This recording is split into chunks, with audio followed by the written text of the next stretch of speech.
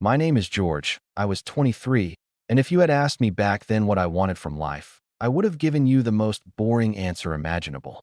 A stable job, a decent apartment, a gym membership I actually used, maybe someone to come home to one day. Nothing dramatic, nothing complicated. That last part turned out to be funny, because complicated showed up wearing a faded college football hoodie, carrying a duffel bag over one shoulder, and grinning at me like we hadn't gone 6 months without seeing each other. George, Emerson shouted across the parking lot. I barely had time to react before he wrapped me in a quick hug. Good to see you too, I laughed. He stepped back, looking exactly like I remembered. Dark blonde hair that never seemed to stay in place, broad shoulders from years of sports, and the same easy smile that convinced almost everyone to like him within 5 minutes. He was 24, technically 1 year older than me, and we'd been friends since freshman year of college. Back then, he had been the captain of the intramural basketball team. I had been the guy who spent more time in the campus gym than at parties. It made no sense that we became close. Yet somehow we did. After graduation, life pulled us in different directions. He started working in commercial real estate. I became a certified personal trainer and eventually rented space inside a private fitness studio. We still texted, still sent memes, still met every few months. But adulthood had a way of shrinking friendships into calendars. So, he said, throwing his bag into the passenger seat of my car, you look exactly the same. You say that every time. Because it's true. And you? I replied, starting the engine. Look like you've discovered pizza. He looked offended.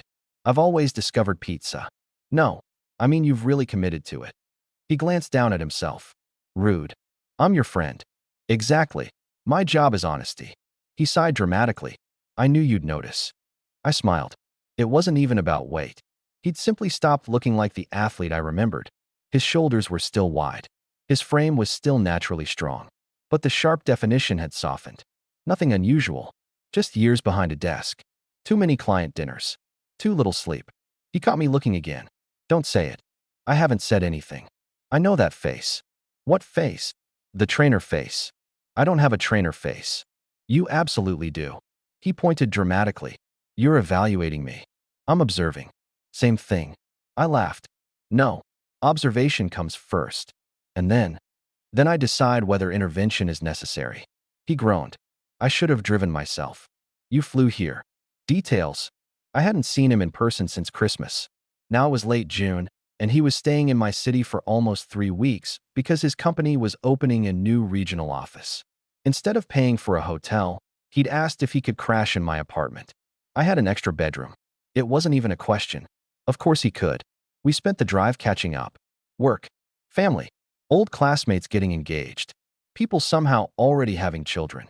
The conversation felt effortless. Like no time had passed at all. That had always been the easiest part about Emerson. He never made friendship feel like maintenance.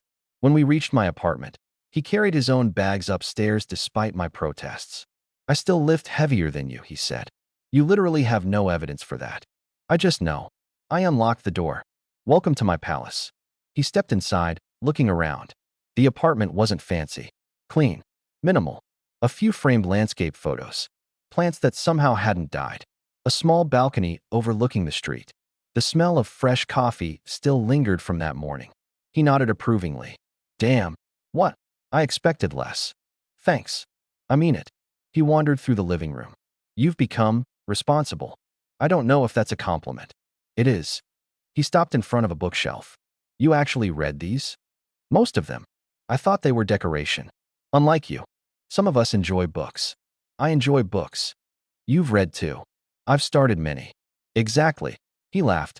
God, I'd missed this. Not just talking. The rhythm. The teasing. The complete absence of awkwardness. After he'd unpacked, we ordered takeout and sat on the balcony while the evening cooled. The conversation drifted toward work. So, he asked between bites, how's the trainer business? Busy. Good busy. The kind where I finally stopped worrying about rent. Nice. What about you? He leaned back. It's complicated. That's corporate language. It means I'm exhausted. You always wanted that career. I still do. He looked out across the buildings. I just didn't expect 60-hour weeks. You also didn't expect client dinners 4 nights a week. He looked at me suspiciously. You're building a case. I don't know what you're talking about. You've mentioned food twice. I'm making conversation. He narrowed his eyes. I knew staying with you was dangerous. I smiled innocently. You've gained maybe 20 pounds. He pointed his chopsticks at me. There it is. You asked. I absolutely did not. You practically begged. I did no such thing. You looked at me. George. What? I've been here 6 hours. And you've already diagnosed me. I haven't diagnosed anything. He leaned forward. Say it. I shrugged. You've stopped taking care of yourself. The joking faded. He looked down at his food. I know. His answer surprised me. No defensiveness. No excuses. Just quiet honesty. I keep telling myself I'll get back into shape after this project. And then another project starts. Exactly. He rubbed the back of his neck. I barely recognize my own routine anymore. That wasn't the Emerson I expected. College Emerson would have brushed it off. Made another joke. Changed the subject. Instead, he looked genuinely frustrated. I hate feeling tired all the time. I stayed quiet. Sometimes people only needed room to keep talking. I used to wake up ready to do stuff. He laughed without humor. Now I need coffee just to answer emails. How long has it been? A year. Since you worked out? He nodded. Maybe longer. I leaned back in my chair. So, hypothetically. I don't like hypothetical questions. Hypothetically. He sighed. What? If someone offered to fix that? He immediately pointed at me. No. I didn't even finish. I know where this is going. You don't. You want to train me. I was going to say guide. Same thing. It's not. It absolutely is. I smiled. You'd get personalized workouts. I knew it. Nutrition advice. There it is. A schedule that actually fits your job. He groaned dramatically. I'm on vacation. You literally came here to work. Technicality. I laughed. Emerson. He looked at me. What? When was the last time you felt good physically? He didn't answer immediately. His smile faded. I honestly don't remember. The words hung between us. Then he sighed. What if I completely? You will. He looked offended. Excuse me. The first week. Wow. Everyone does. I thought you were supposed to motivate clients. I am. You're terrible. I'm realistic. He laughed again. I've missed you. I know. He stared out over the balcony. You really think I can get back into shape? I know you can. No trainer confidence. No. I met his eyes. Friend confidence. He looked away almost immediately. Something about that moment felt different. Not dramatic. Just quieter. Like the joke had disappeared and something honest had taken its place. Finally, he smiled again. Fine. I raised an eyebrow. Fine what? I'll do it. Do what? Don't make me repeat it. I grinned. Repeat what? He rolled his eyes. I'll be your client. I prefer the term athlete. I'm definitely not an athlete. We'll see. He pointed at me again. But I have one condition. Shoot. You don't go easy on me. I smiled. I never do. He held out his hand. Deal. I shook it. Deal. Neither of us had any idea that a simple handshake on a warm summer evening was about to change far more than either of us expected. The next morning, Emerson regretted every confident word he'd said the night before. I knew it the second he walked into the kitchen. His hair was still messy from sleep. He carried a mug of coffee like it was life support, and he looked at me with immediate suspicion. You planned something. I looked up from my breakfast. Good morning to you too. You definitely planned something. I'm eating oatmeal. Exactly. What does oatmeal have to do with anything? That's trainer food. It's breakfast. It's punishment. I laughed. You have another hour before our assessment. His expression fell. I was hoping you'd forget. I created a spreadsheet. Oh, come on. I like organization. You need hobbies. This is my hobby. He groaned dramatically and dropped into the chair across from me. I've made a terrible mistake. You'll survive. Easy for you to say. You volunteered. I was manipulated. I asked one question. You weaponized friendship. I pointed my spoon toward him. No. Yes. You wanted help. I wanted encouragement. Same thing. It absolutely isn't. His phone buzzed. He glanced at the screen, answered a quick work message, then sighed. See? What? I've already worked before breakfast. Exactly why we're doing this. He looked up. You really think exercise is going to fix corporate life? No. I finished my coffee. But it'll make corporate life easier to survive. That actually made him stop joking. He nodded slowly. Fair enough. An hour later, we were standing inside the private studio where I worked. It wasn't a massive commercial gym. No loud music. No crowds. Just clean equipment, natural light pouring through tall windows, and enough space that clients never felt overwhelmed. Emerson looked around with obvious curiosity. This place is nicer than I expected. You keep saying that. Because you undersell everything. I don't. You really do. He wandered over to the squat racks. I pictured something louder. I specifically avoided that. Why? People work harder when they aren't trying to impress strangers. He nodded thoughtfully. I never thought about it. Most people didn't. I grabbed my clipboard. All right. He immediately stepped backward. That clipboard is intimidating. It's paper. It's judgment. It's measurements. Worse. I smiled. Relax. I am relaxed. No, you're pretending. He laughed.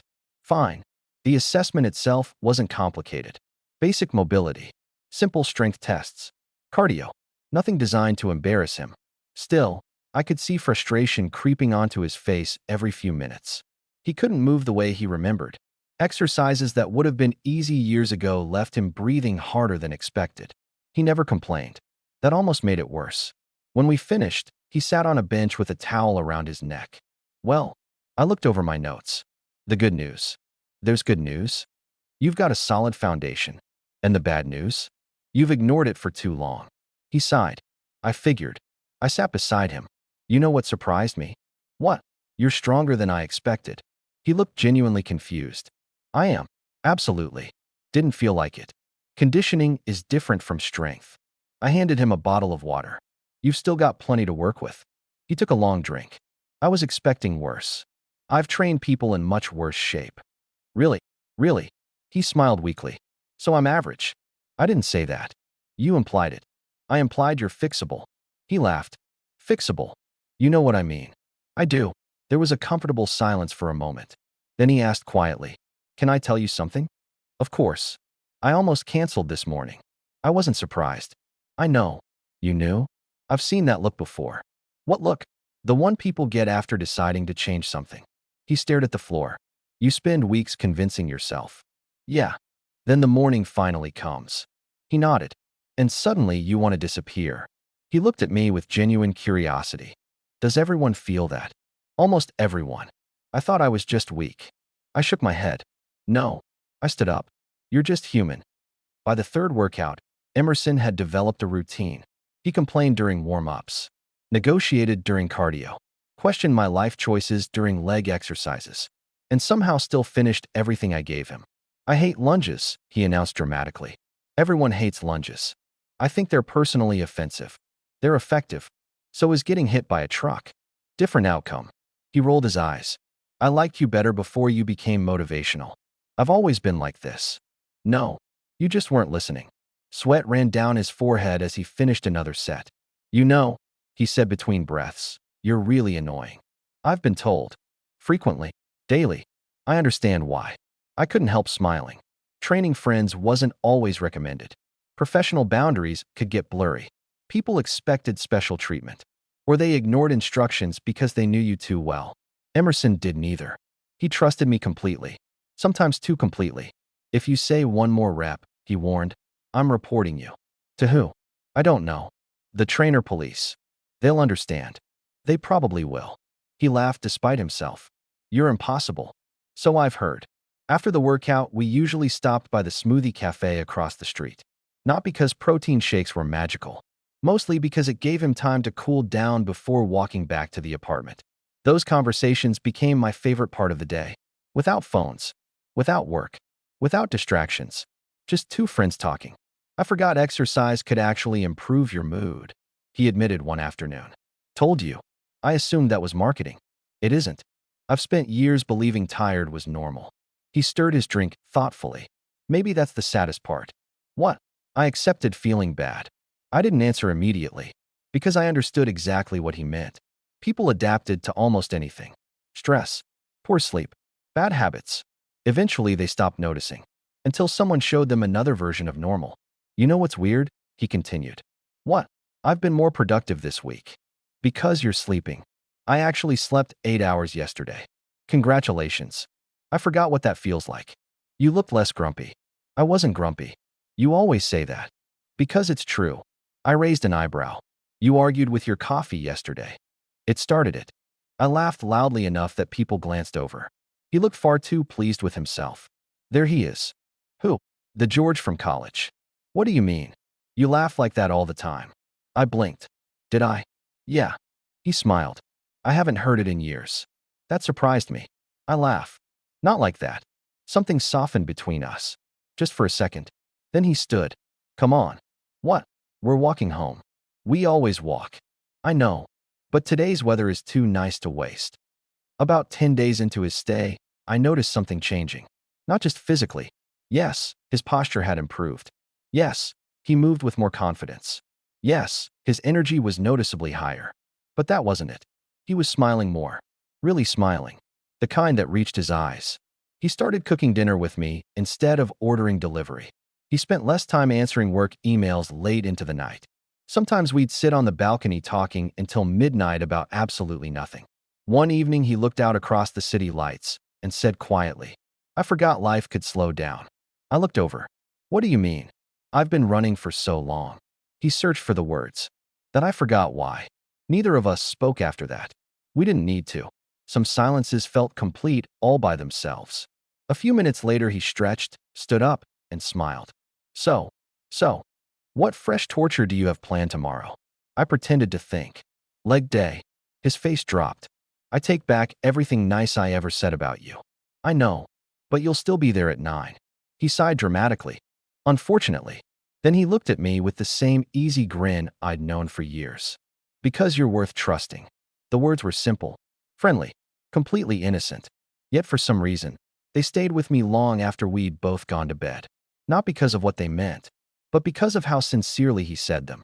And I found myself realizing something I hadn't expected. Somewhere between the workouts, the coffee after training, and the late-night conversations on the balcony, I was looking forward to every single day he was here. By the beginning of the second week, training Emerson no longer felt like work. Not because he had suddenly become athletic. He still complained every chance he got. He still looked personally offended whenever I pointed toward the rowing machine. And he still acted like stretching was some elaborate conspiracy against humanity. But he'd stopped trying to negotiate every exercise. Instead, he showed up. On time. Ready. Even on mornings when he'd worked late the night before. You know what's annoying? He asked while adjusting the bench one Tuesday morning. What? I'm starting to enjoy this. I've been waiting for that. I don't like admitting you're right. You'll survive. He smirked. I liked hating you more. You'll have another opportunity during cardio. Excellent. He wasn't wrong. 5 minutes later, he was glaring at me from the treadmill. This machine is possessed. It's set to a gentle incline. It feels vertical. You're exaggerating. I absolutely am not. I folded my arms. You've got 4 minutes left. I've reported you to human resources. I own the schedule. Then I'll write a strongly worded review. I'll frame it. He laughed despite breathing hard. I hate that you enjoy this. I enjoy watching progress. That's disturbingly wholesome. It pays the bills. He shook his head. You really love your job. I do. When did you know? I leaned against the wall while watching his pace. College. That early. I liked helping people. Lots of jobs do that. Yeah. I smiled. But this one lets me actually watch people change. He looked thoughtful. I never realized. You were usually trying to convince me to skip the gym. I was trying to improve your social life. You failed. I absolutely did. He laughed again. I still can't believe you voluntarily wake up this early. I still can't believe you voluntarily answer emails after midnight. Touché. That afternoon, rain started falling just as we left the studio. Not a light drizzle. One of those sudden summer storms that seemed to appear out of nowhere. We made it halfway across the parking lot before giving up. Emerson looked toward the street. We're getting soaked. Pretty much. You parked 3 blocks away. I know. He looked at the sky dramatically. This feels targeted. I couldn't help laughing. We can wait it out. The smoothie cafe across the street was packed with people escaping the rain. Every table near the windows was occupied. The only empty booth sat in the back corner. We ordered coffee instead of smoothies. Neither of us really wanted something cold anymore. Outside, rain hammered against the glass. Inside, the cafe buzzed with quiet conversations. Emerson wrapped both hands around his mug. I needed this. The coffee. The pause. He looked out at the storm. My phone hasn't stopped vibrating all day. You didn't answer it. I know. That's progress. He smiled. My boss is probably wondering if I disappeared. You kind of did. In a good way. I nodded. In a necessary way. He studied me for a moment. You always know exactly what to say. No, I don't. I just know you. There was something different about the way he looked at me. Not intense. Not uncomfortable. Just attentive. Like he was seeing details he'd ignored before. What? I asked. He blinked. Nothing. That wasn't nothing. He hesitated. You've changed. I've literally been sitting here. No. He smiled faintly. I mean since college. I'd hope so. I don't. He shook his head. I mean, he searched for the words. You seem calmer. I looked down at my coffee. I worked on that. I can tell. Another comfortable silence settled between us. The rain continued pouring outside. I used to think confidence looked loud. Emerson said eventually. What changed? You. I looked back up. You never try to prove anything. I used to. Not anymore. He smiled. I like this version better. His phone buzzed again. He looked at the screen. Ignored it. Placed it face down. I raised an eyebrow. That's new. I know. Everything okay? It can wait. You sure? He nodded. I've spent years treating everything like an emergency. He leaned back. Turns out, most things aren't. I smiled. You sound healthier already. Don't ruin the moment with trainer talk. I can't help it. I know. He laughed softly. I actually missed having someone call me out. You have coworkers. They benefit when I work too much. Family. They worry. And me? You don't let me lie. The words landed quietly. Neither of us rushed to fill the silence afterward. Friday evening became our unofficial tradition. No workouts. No meal planning. No conversations about protein. Just dinner somewhere different every week. That night we found a small neighborhood restaurant with outdoor seating. Nothing fancy. String lights hung above the patio. Live acoustic music drifted softly from one corner. People talked quietly over late dinners. It felt peaceful. Emerson leaned back after the waiter left. I forgot places like this existed. What? Restaurants where nobody's trying to impress anyone. I come here a lot. With friends. Sometimes. Dates. I looked at him. Sometimes. He nodded slowly. When was your last relationship? The question caught me slightly off guard. A while. How long? Almost 2 years. He frowned. Seriously? Yeah. I thought there would have been someone. There wasn't. You never talk about it. There wasn't much to say. He studied me. Did it end badly? No. Worse. I smiled sadly. It just ended. He looked thoughtful. I think those are harder. Probably. What about you? He laughed once. I've dated. I know. None of it lasted. Why not? He looked down at the table. I kept choosing work. You or them. Mostly me. He traced circles against his glass. I always thought I'd slow down later. And I'm starting to think later never arrives by itself. The waiter interrupted with dinner. The conversation shifted. Movies. Travel. Old college memories. But every now and then I caught Emerson looking unusually thoughtful. Not distracted. Reflective. Like something had quietly changed inside him. Saturday morning he surprised me. I walked into the kitchen expecting to make breakfast. Instead I found vegetables already chopped. Eggs on the counter. Coffee brewing. He looked up with an exaggerated smile. I watched 3 cooking videos. I'm nervous. You should be. I value my kitchen. I followed instructions. Barely. He pointed a spatula at me. You criticize before tasting. Occupational hazard. 20 minutes later we were eating surprisingly good breakfast burritos. I looked at him. I'm impressed. I know. You actually cooked. I can do many things. I've underestimated you. Finally. He leaned back proudly. I accept your apology. I didn't apologize. You implied it. I definitely didn't. He laughed. I've decided something. Oh, when I get home. He paused. I'm keeping this up. The cooking. The workouts. He shrugged. I don't want to go back. I smiled.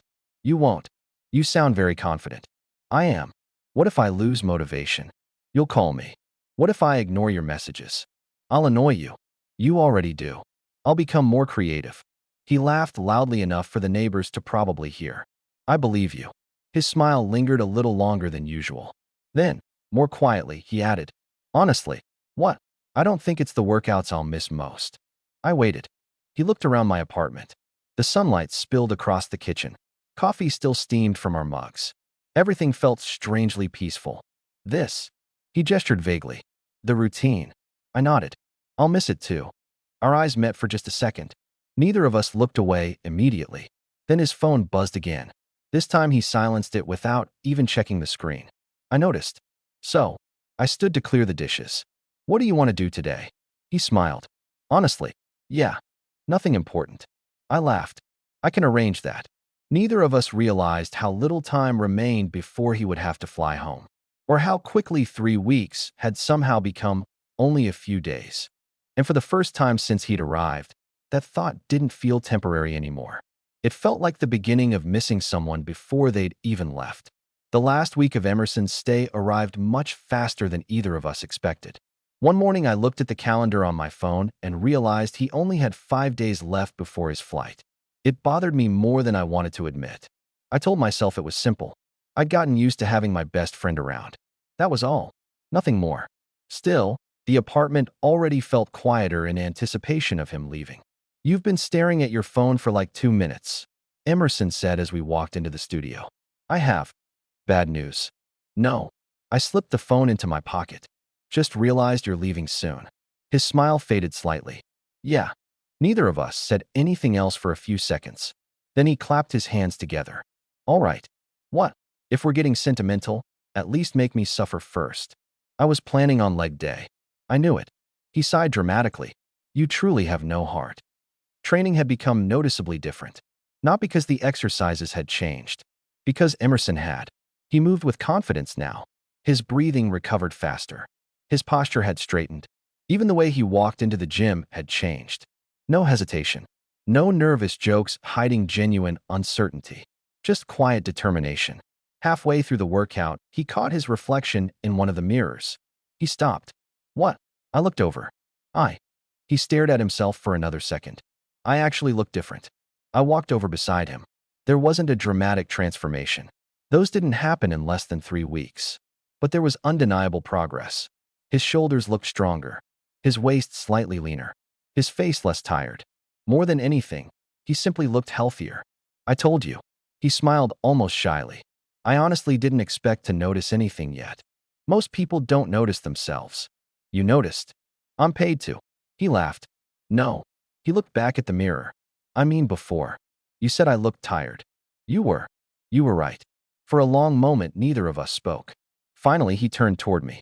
Thank you. It wasn't about the workouts. I knew that. And judging by his expression, he knew I understood. That evening, we skipped cooking. Instead, we picked up burgers from a small place near the river and walked until we found an empty bench overlooking the water. The sun was beginning to set. Orange reflections shimmered across the surface. People jogged past. Couples walked dogs. A group of college students laughed somewhere behind us. It felt like one of those evenings that asked nothing from anyone. Emerson leaned back against the bench. I've been thinking. That's dangerous. I know. He smiled. What happens when I leave? You get on a plane. You know what I mean. I did. We make a plan. You'll actually keep training me remotely? If you want. I do. You'll send workout videos. I will. You'll complain. I definitely will. I'll ignore about half of it. I expect nothing less. He laughed. Fair. He took another bite of his burger before speaking again. I don't want to lose this. The progress. He shook his head. No. He looked toward the river. Us. The words settled quietly between us. Our routine. He corrected himself almost immediately. Our conversations. I nodded. We won't.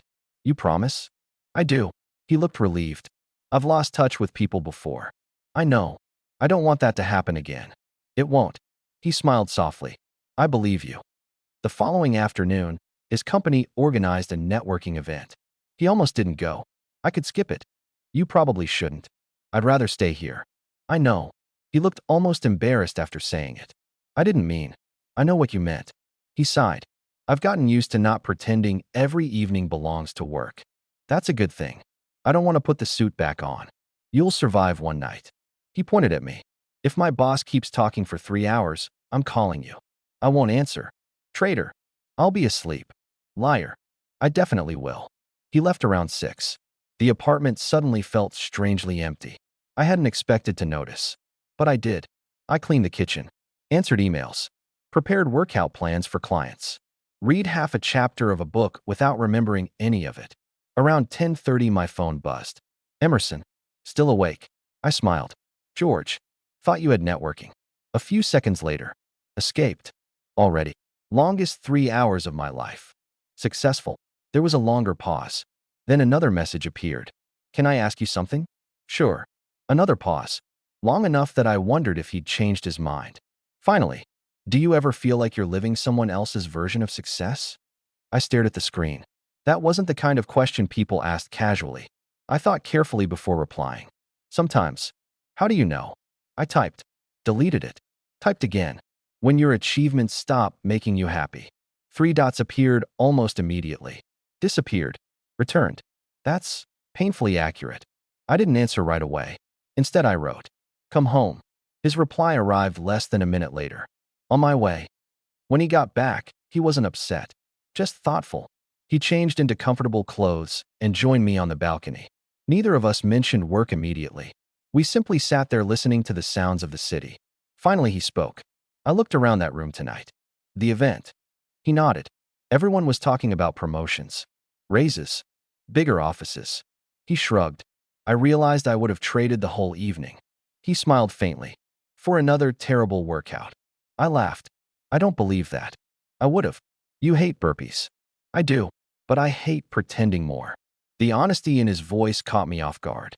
I spent years chasing what I thought I was supposed to want. He looked down at his hands. And now, I honestly don't know anymore. I leaned back in my chair. That's allowed. What is? Changing your mind. He looked at me for a long moment. You make everything sound simple. It isn't. No. He smiled. But you make it feel possible. The next morning happened to be his scheduled weigh-in. He stepped onto the scale. Immediately looked away. I don't want to know. You've lost 7 pounds. His head snapped up. What? Just over 7. He blinked twice. Seriously? I nodded. And before you celebrate. I knew there was a catch. The number isn't the important part. He folded his arms dramatically. Trainer's speech incoming. You've got more energy. I do. You sleep better. I definitely do. Your blood pressure dropped. I forgot about that. You smile more. He looked down. That one's your fault. I laughed. I'll accept responsibility. He stepped off the scale. Then, without thinking, he pulled me into a quick hug. It lasted only a second. Just long enough to communicate gratitude. When we stepped apart, he rubbed the back of his neck awkwardly. Sorry. For what? I don't know. I smiled. You don't have to apologize. He nodded once. Neither of us mentioned the hug again. But for the rest of the workout, something felt different. Not uncomfortable. Not confusing. Just impossible to ignore. For the first time since he had arrived, I caught myself wondering whether I was looking forward to his next workout, or simply looking forward to seeing him. The day before Emerson's flight arrived with uncomfortable speed. Neither of us mentioned it over breakfast. Not because we'd forgotten. Because pretending there was still plenty of time felt easier. So, Emerson said while making coffee, what's on today's schedule? I looked at him over the rim of my mug. You already know. One last workout. Exactly. He sighed dramatically. I was hoping you'd changed as a person. Not likely. That's unfortunate. You'll survive. I've survived all of them somehow. He paused. I didn't think I would. I smiled. But you did. Because you never let me quit. I would have let you. He looked at me skeptically. No. I would have. You would have stared at me until I changed my mind. I couldn't argue with that. He laughed. See, I know you too well. You really do. There was a comfortable silence while we finished breakfast. Then he glanced toward the hallway. I should probably start packing tonight. The sentence hit harder than I expected. Yeah. I've somehow accumulated more stuff. You bought half the bookstore. I regret nothing. I know. He smiled. I'm bringing home healthier habits and 3 novels. Not a bad trade. It isn't. The final workout wasn't supposed to be emotional. It was simply another training session. At least, that had been my plan. Instead, the entire morning felt strangely different. Emerson arrived wearing the same gray athletic shirt he'd worn on his first day. Only now it fit differently. Not dramatically, just enough that I noticed. So, he asked. So what? You've been looking at me. I've been evaluating your posture. He laughed. Liar. I'm literally working. You smiled. I do that. Not like that. I shook my head. Warm up. Deflection. Jump rope. You've become impossible. I've always been impossible. Fair. The workout itself went smoothly. He lifted more weight than during his assessment. His cardio recovery had improved noticeably. Even his movement looked natural now. Toward the end, I handed him a kettlebell. He looked at it suspiciously. I don't trust that thing. It hasn't done anything. It knows what it did. It has no feelings. You can't prove that. I laughed. One last set. He sighed theatrically. I'll miss complaining. You can still complain remotely. It's less satisfying. True. He finished the set and set the kettlebell down. Instead of speaking immediately, he looked around the studio. The windows, the equipment, the mirrors, the little coffee machine in the corner. What? I asked. He smiled quietly. I was just thinking. He rubbed the back of his neck. This place changed my summer. You changed your summer. You know what I mean. I do. He picked up his water bottle. I almost didn't agree. I know. I'm really glad I did. So am I. For a moment, neither of us moved. Then he reached out. We shook hands almost automatically. Exactly the same way we had on the balcony 3 weeks earlier. Except this time, neither of us let go immediately. It lasted only a second longer than normal. Long enough to notice. Short enough to ignore. We both chose the second option. That evening we ordered pizza. Not because it fit the meal plan. Because sometimes memories mattered more than perfect nutrition. You approve? Emerson asked while opening the box. For one night. I knew there was a catch. You've earned it. I actually earned pizza. You did. He looked strangely proud. I never thought I'd hear those words from you. I'm capable of growth. Doubtful. We ate on the balcony again. The same place where he'd agreed to become my client. The same view.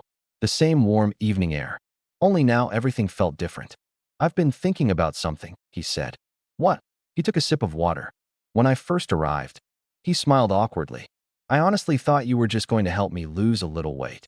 And you kind of fixed my routine. I laughed. I didn't fix anything. You did. He looked serious now. I sleep. I cook. I actually go outside after work. He looked out across the skyline. I didn't realize how much of myself I'd lost. His voice was quieter than usual. I don't think it happened all at once. It never does. No. He nodded. I guess that's why I didn't notice. We sat quietly for a while.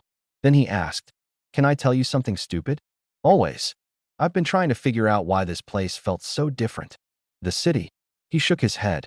No. He looked around the apartment. I kept thinking it was because everything here is calmer. And I was wrong. I waited.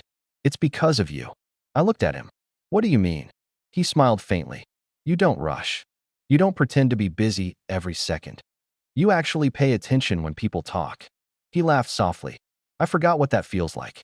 The compliment caught me completely off guard. I don't know what to say. You don't have to. He shrugged. I just wanted you to know. Later that night, he started packing. I helped mostly by handing him things he'd forgotten. Books, chargers, running shoes, the resistance bands I'd insisted he take home. You'll use these. I know. You promise? I promise. He zipped the suitcase halfway closed, then stopped. I hate goodbyes. They're not permanent. I know. I nodded. They do. He sat on the edge of the guest bed. I was only supposed to stay 3 weeks. You did. It feels longer. I know. No. He smiled. I mean, in a good way. I leaned against the doorway. So, when's your first workout after you get home? He answered immediately. Monday morning. What time? 7. I raised an eyebrow. That's ambitious. You'll ask for proof. I will. So I'll send proof. I smiled. Good. He looked at me for another second, then quietly said, I don't want this to become one of those friendships where everyone promises to stay in touch. It won't. You sound very certain. I am. How? Because I know you. He laughed. And because I'm not letting you waste all this progress. There he is. The trainer. No. He shook his head slowly. My friend. The room became unexpectedly quiet. I wasn't sure why those 2 words affected me so much. Maybe because he'd said them with complete sincerity. Maybe because somewhere over the past 3 weeks, he'd become even more important to me than he'd already been. I simply hadn't admitted it yet. Neither of us had. Outside, the city continued exactly as always. Inside my apartment, Emerson closed his suitcase. And both of us silently realized that tomorrow morning was going to be much harder than either of us wanted to admit. I woke up before my alarm. For a few seconds, I couldn't figure out why. Then I remembered. Emerson's flight. The apartment was unusually quiet. I walked into the kitchen expecting to be the first one awake. Instead, he was already there, still wearing sweatpants, coffee in one hand, looking out the window. "You too?" I asked. He glanced over with a tired smile. "Couldn't sleep." "Me neither." Neither of us mentioned why. I started making breakfast while he packed the last few things into his backpack. The routine felt strangely familiar now. Coffee brewing, toast in the toaster, quiet conversation before the day began. Only today, every little moment carried the awareness that it was the last one for a while. "You know," Emerson said, "I used to hate mornings. And now, I think I just hated how I was living." I looked over at him. He shrugged. "I'd wake up already behind. I don't want to go back to that." "You don't have to." He nodded slowly. "I know." After breakfast, we loaded his suitcase into my car. Neither of us rushed. There was still plenty of time before his flight. Maybe that was why neither of us wanted to leave immediately. "You ready?" I asked. He looked back at the apartment building. "No." "Same." He smiled. "Guess we have to go anyway." The drive to the airport was quieter than usual. Not uncomfortable, just thoughtful. The radio played softly in the background. Traffic moved slowly through the city. Every familiar street suddenly felt important. "You know what's funny?" Emerson asked after a while. "What?" "When I booked this trip." He laughed quietly. "I thought work would be the thing I'd remember. And now, I barely remember the office." I smiled. "What do you remember?" He looked out the window. "The morning workouts. The coffee afterward." He laughed. "You making fun of my cooking? It needed improvement." It absolutely did. "The balcony. The bookstore." He shook his head. "Everything except work." I glanced at him. "That's probably a good sign." "It probably is." Another few minutes passed. Then he suddenly asked, "Can I tell you something?" "Of course." "I almost booked a hotel." I blinked. "Seriously?" He nodded. "I didn't want to inconvenience you." I laughed. "I would have been offended." "I know that now." He smiled. "I'm really glad I stayed." "So am I." This time the silence that followed felt different. Less like there was nothing left to say. More like there was too much. The airport wasn't especially busy. We parked, carried his suitcase inside, checked the departure board. He still had almost 40 minutes before security. "So," he looked around. "I guess this is it. For now." For now. Neither of us seemed to know what people were supposed to do next. Shake hands. Hug. Say goodbye? It suddenly felt surprisingly complicated. Emerson solved it first. He stepped forward and wrapped me in a brief hug. Nothing unusual. Nothing dramatic. Just two longtime friends saying goodbye. When we stepped apart, he smiled. "Take care of yourself." "You too. Don't let your clients drive you crazy." "I'll try." And he pointed a finger at me. "Don't forget to check my workout videos." "I absolutely won't." "I knew it." "You promised." "I did." He picked up his suitcase, then hesitated. "I'll call you when I land. I'll be waiting." He smiled one last time, then turned toward security. I watched until he disappeared around the corner. Only then did I realize how empty the airport suddenly felt. The apartment was painfully quiet that evening. No shoes by the front door. No sarcastic comments from the kitchen. No one asking whether vegetables were legally required at dinner. I actually caught myself setting out 2 coffee mugs before realizing what I was doing. I laughed at myself, then quietly put one back. My phone buzzed. "Emerson." Landed. A second message followed immediately. "Already miss your coffee." I smiled. "George, you miss my coffee or my lectures?" His reply came almost instantly. "Both." Then another. "Mostly the coffee." I laughed out loud. The apartment didn't feel quite as empty anymore. Monday morning arrived. 7 o'clock. Right on schedule. My phone vibrated. A video call. "Emerson." I answered. He was standing inside a gym. Not the private studio where I'd trained him. A regular commercial gym near his apartment. The camera angle was terrible. He looked far too proud of himself. "I came." "I can see that." "I almost stayed in bed." "I know. But I remembered you'd ask for proof." "I would've." He grinned. "I knew it." The next hour felt surprisingly natural. I corrected his form through the camera, adjusted a few exercises, counted reps, listened to him complain exactly as he'd done in person. "This machine is worse than yours." "It's exactly the same machine. It has different energy." "It absolutely doesn't." "You aren't here." I noticed. For just a second, both of us became quiet.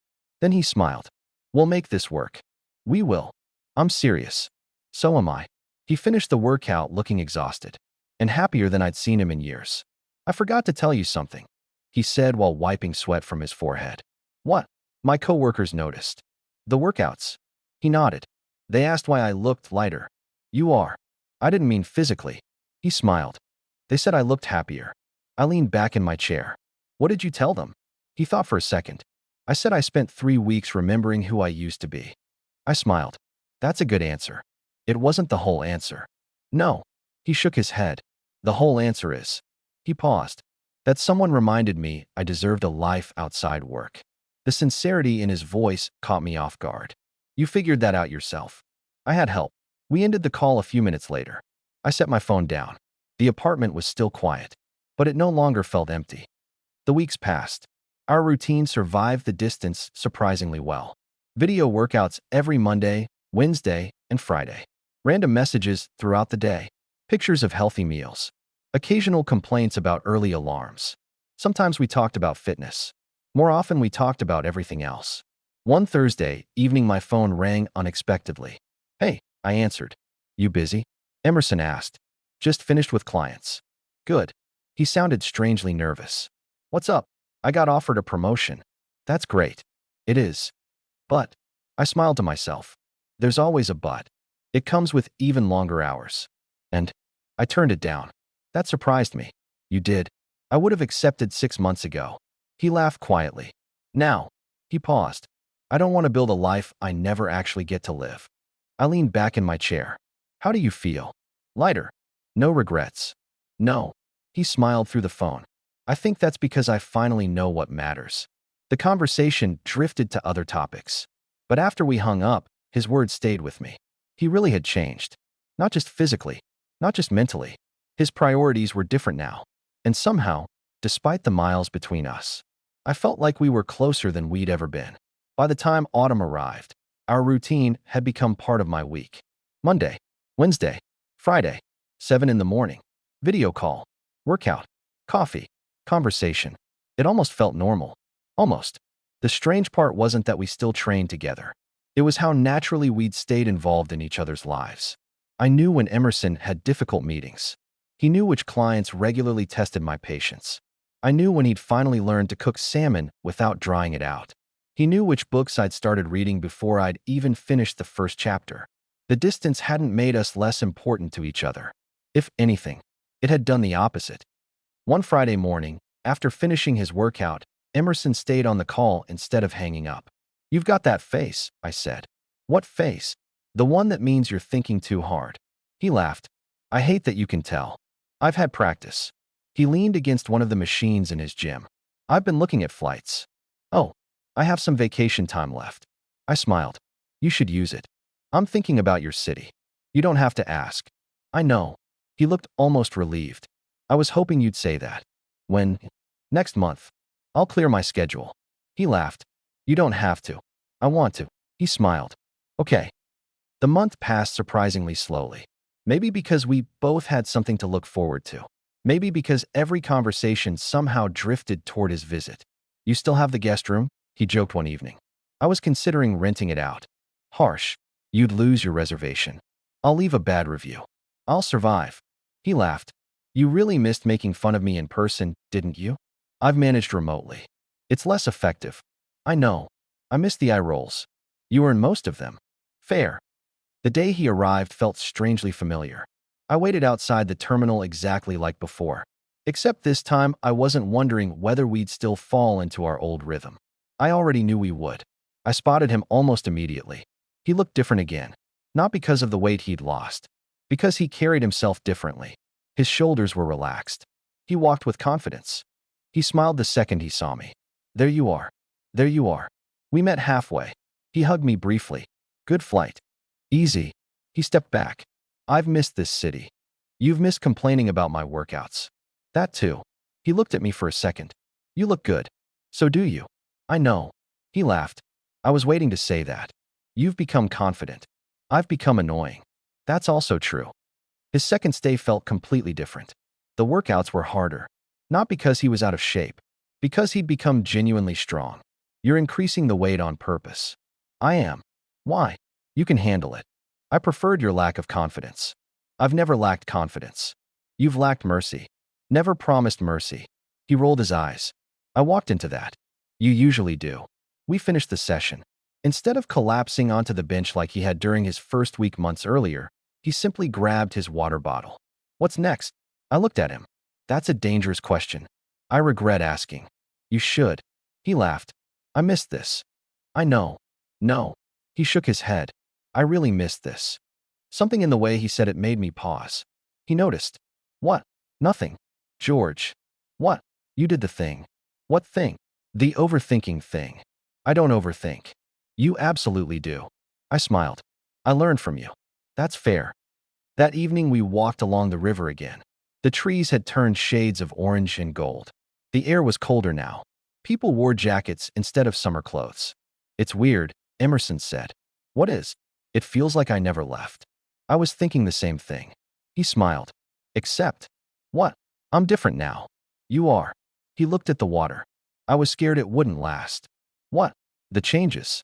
You kept working. I almost didn't. He laughed quietly. There were mornings I wanted to skip. But you didn't. You would have noticed. I would have. He smiled. I think that helped. We kept walking. After a while he spoke again. You know? I used to think discipline meant forcing yourself to do things you hated. And now, I think it means protecting the life you've built. I looked over at him. That's a pretty good definition. I stole it. From where? He smiled. From listening to you. I laughed. I don't remember saying that. You didn't. You just lived like that. The compliment lingered between us. Neither of us hurried to move past it. On his last evening, we found ourselves back on my balcony, exactly where everything had started. The same 2 chairs, the same city lights. Only this time autumn wind carried the scent of rain. Emerson looked around and smiled. I've been thinking about that first night. When you agreed to train? He nodded. I thought I was asking you to help me lose weight. And he laughed softly. I had no idea I was asking you to help me rebuild my life. I didn't answer immediately. You did the hard part. No. He looked at me. You gave me a reason to start. His voice was calm. Honest. I don't think I've ever thanked you properly. You don't have to. I do. He leaned back. You've always believed in me more than I believed in myself. I looked down at my coffee. I always knew what you were capable of. He smiled. That's the thing. What? I didn't. The silence that followed wasn't awkward. It was full, comfortable. Years of friendship sat quietly between us. Finally, Emerson spoke again. Can I ask you something? Of course. When you first looked at me that day, he smiled faintly. Did you really only see a guy who needed a trainer? The question caught me completely off guard. I met his eyes. For the first time in a long while. I wasn't sure I had an easy answer. And judging by the way he was looking back at me, I wasn't the only one who had started asking different questions than either of us had expected that summer. I barely slept after that conversation on the balcony. Not because anything dramatic had happened. Nothing had. No confession. No grand realization. Just one question that neither of us had answered. Did you really only see a guy who needed a trainer? I'd smiled. Changed the subject. And somehow that felt more honest than pretending I already knew the answer. The next morning, Emerson's flight wasn't until the afternoon. We still had time. One more breakfast. One more walk. One more ordinary day. Funny how the ordinary moments always become the ones you remember. We decided to leave the apartment and grab coffee from the little cafe we'd visited during the summer. The owner recognized us immediately. The trainer and his favorite student, she laughed. Emerson groaned. I'll never escape that title. You really won't, I agreed. She brought over 2 coffees and smiled. You two are back in town together? For a couple of days, Emerson answered. Nice to see friends making time for each other. After she walked away, Emerson quietly stirred his coffee. You know? What? I used to think friendships just happened. And now, I think they survive because somebody chooses them. I looked at him. I never understood how adults stayed close. He smiled faintly. Now I do. His suitcase was already packed when we got back. There wasn't much left to do. He looked around the apartment one last time. It's weird. What is? I know this isn't my home. He smiled. But it feels familiar enough that part of me thinks I'll wake up here tomorrow. You'll be back. I know. But still. He picked up his backpack. I've had a lot of temporary places. He looked at me. This never felt temporary. Those words stayed with me. The drive to the airport felt different this time. Not heavy, peaceful. We'd already proven that distance wasn't the end of anything. We talked about Christmas, about books, about recipes he'd learned, about the ridiculous amount of vegetables he now voluntarily bought every week. I still blame you. I'll accept responsibility. You should. I created a monster. You created someone who owns 3 meal prep containers. I laughed. I definitely created a monster. At the terminal, we stopped beside the entrance. Neither of us reached for the suitcase immediately. So, Emerson said, so, I've been thinking about your question. My question? The one you never answered. I frowned. I asked a lot of questions. The balcony. Understanding settled almost instantly. Did you really only see a guy who needed a trainer? I looked at him for a long moment. I don't think I knew what I saw. He waited. I knew you were my friend. You always were. I knew you needed someone to believe in you. He nodded. And somewhere along the way, I smiled awkwardly. I stopped looking forward to the workouts. His expression softened. I started looking forward to seeing you. Silence. The airport buzzed around us. Announcements echoed overhead. People hurried toward security. Neither of us moved. Emerson let out a slow breath. I was hoping you'd say that. I blinked. You were. He laughed quietly. I've been trying to convince myself it was just because we became closer. And I don't think that's the whole story anymore. He looked down for a second before meeting my eyes again. The hardest part was figuring out when it changed. I smiled. I've been trying to figure that out too. I think. He laughed softly. It happened long before I admitted it. I think so too. Neither of us rushed. There was no dramatic music. No crowd disappearing around us. Just two people who had known each other for years finally being honest. I don't really know what happens next, Emerson admitted. I don't either. You live here. You live there. He smiled. Long distance sounds complicated. It probably is. But, he shrugged. We've already spent months choosing each other without calling it anything. That made me smile. He was right. We'd already built something. Neither of us had simply noticed what it had become. I don't want to rush, I said. I don't either. I laughed once. Don't want to pretend I don't look forward to every call anymore. His smile grew. I was hoping I wasn't the only one. You definitely aren't. He stepped closer. Not dramatically. Not nervously. Just naturally. He hugged me. A little longer than before. When we stepped back, both of us were smiling. So, he asked. So, Monday. I laughed. 7 in the morning. Workout. Workout. Coffee afterward. Obviously. He nodded. And maybe. He smiled. We stopped pretending those calls are only about exercise. I'd like that. He picked up his suitcase. I should go. You should. Neither of us liked saying it. But neither of us was afraid of it anymore. I'll see you soon, George. You will. He turned toward security. After a few steps, he looked back. One quick wave. The same easy smile I'd known since college. Only this time I understood why seeing it always made my day better. I watched until he disappeared into the crowd. Then I walked back toward the parking garage. My phone buzzed before I'd even reached the car. Emerson. One more thing. I smiled. Yeah. 3 dots appeared.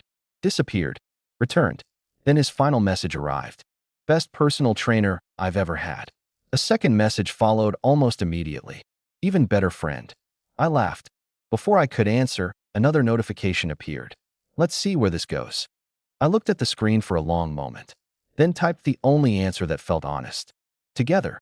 He reacted with a simple thumbs up. No dramatic declarations. No impossible promises. Just two people choosing to take the next step at the same pace they had built everything else. Slowly. Honestly. Together. And somehow, it felt exactly right.